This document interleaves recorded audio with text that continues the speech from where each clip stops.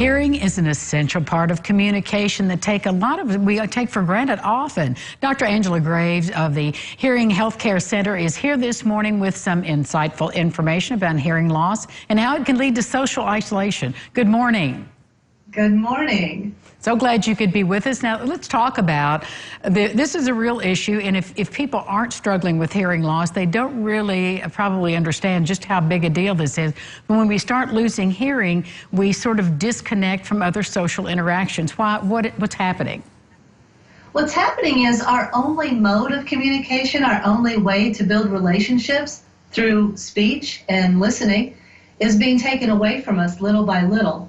Hearing loss doesn't typically happen all at one time. It happens over a gradual period of time. Now, what we've seen today with being removed from our normal interactions, that's what our hearing impaired individuals kind of have lived with for a long time. And people don't understand that they can't interact if they can't hear. So they smile and nod, and they wait for somebody to reach out to them.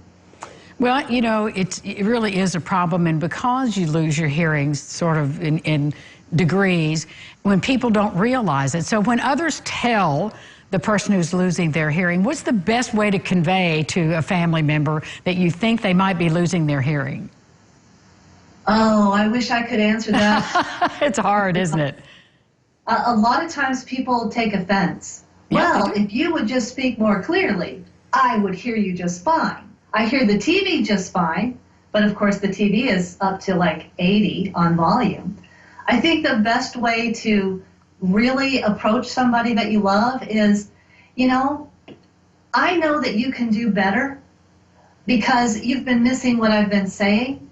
And I really think that we should have the hearing tested, because if it is my fault and I'm not speaking clearly, the hearing test will prove it to us. And then I can change the way I approach communication.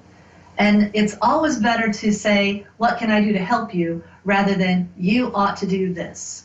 Well, you do have the answer after all. That's the perfect way to do it and encourage people to have their hearing tested.